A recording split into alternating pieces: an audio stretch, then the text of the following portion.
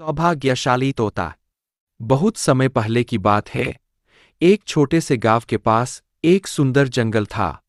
उस जंगल में तरह तरह के पक्षी और जानवर रहते थे। उन्हीं पक्षियों में एक अनोखा तोता भी रहता था, जिसका नाम चिरकू था। चिरकू को लोग सौभाग्यशाली तोता के नाम से जानते थे, क्योंकि जहां भी वह जाता, वहां कोई न कोई चमत्कार हो जाता या किसी की किस्मत बदल जाती। गांव के लोग मानते थे कि अगर चिरकू उनके घर आ जाए तो उनके जीवन में सुख और समृद्धि आ जाती है।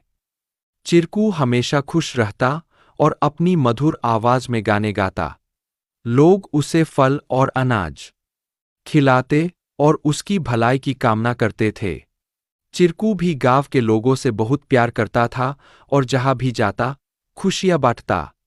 एक दिन गांव में एक गरीब किसान, जिसका नाम रघु था, बहुत परेशान था।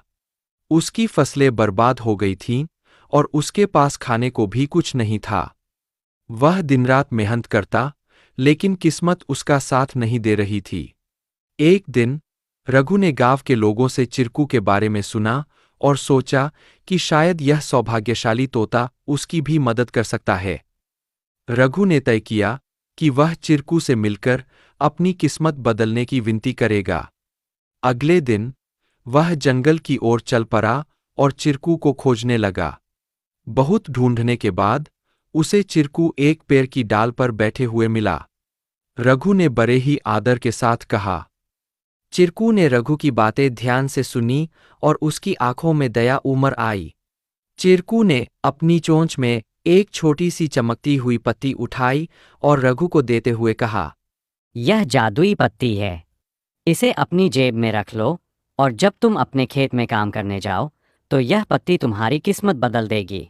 रघु ने धन्यवाद कहा और वह पत्ती लेकर अपने घर लौट आया। अगले दिन वह अपने खेत में काम करने के लिए गया। जैसे ही उसने खेत में जुताई शुरू की, अचानक से बारिश होने लगी। उसकी सूखी जमीन हरी भरी हो गई और थोड़े ही समय में उसकी फसलें लहलहा उठीं।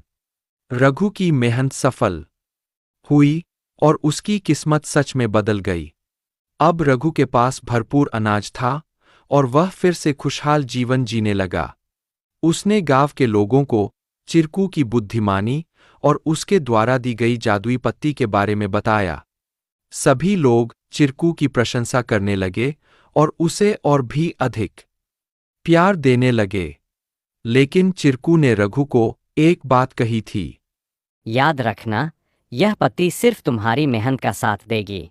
अगर तुम मेहनत करना छोड़ दोगे तो यह भी अपना जादू खो देगी। रघु ने चिरकू की बात समझ ली और कड़ी मेहनत जारी रखी। धीरे धीरे उसकी स्थिति पहले से बहुत बेहतर हो गई। वह गांव के सबसे सफल किसानों में से एक बन गया, लेकिन उसने कभी यह नहीं भूला कि उसकी सफलता में चिरकू और उसकी मेहनत का कितना बड़ा हाथ था। कहानी से सीख। इस कहानी से हमें यह सीख मिलती है कि किस्मत भी उन्हीं का साथ देती है जो खुद मेहनत करते हैं। सौभाग्य और अवसर तभी काम आते हैं जब हम अपने प्रयासों से उन्हें सही दिशा देते हैं। Please like, share and subscribe our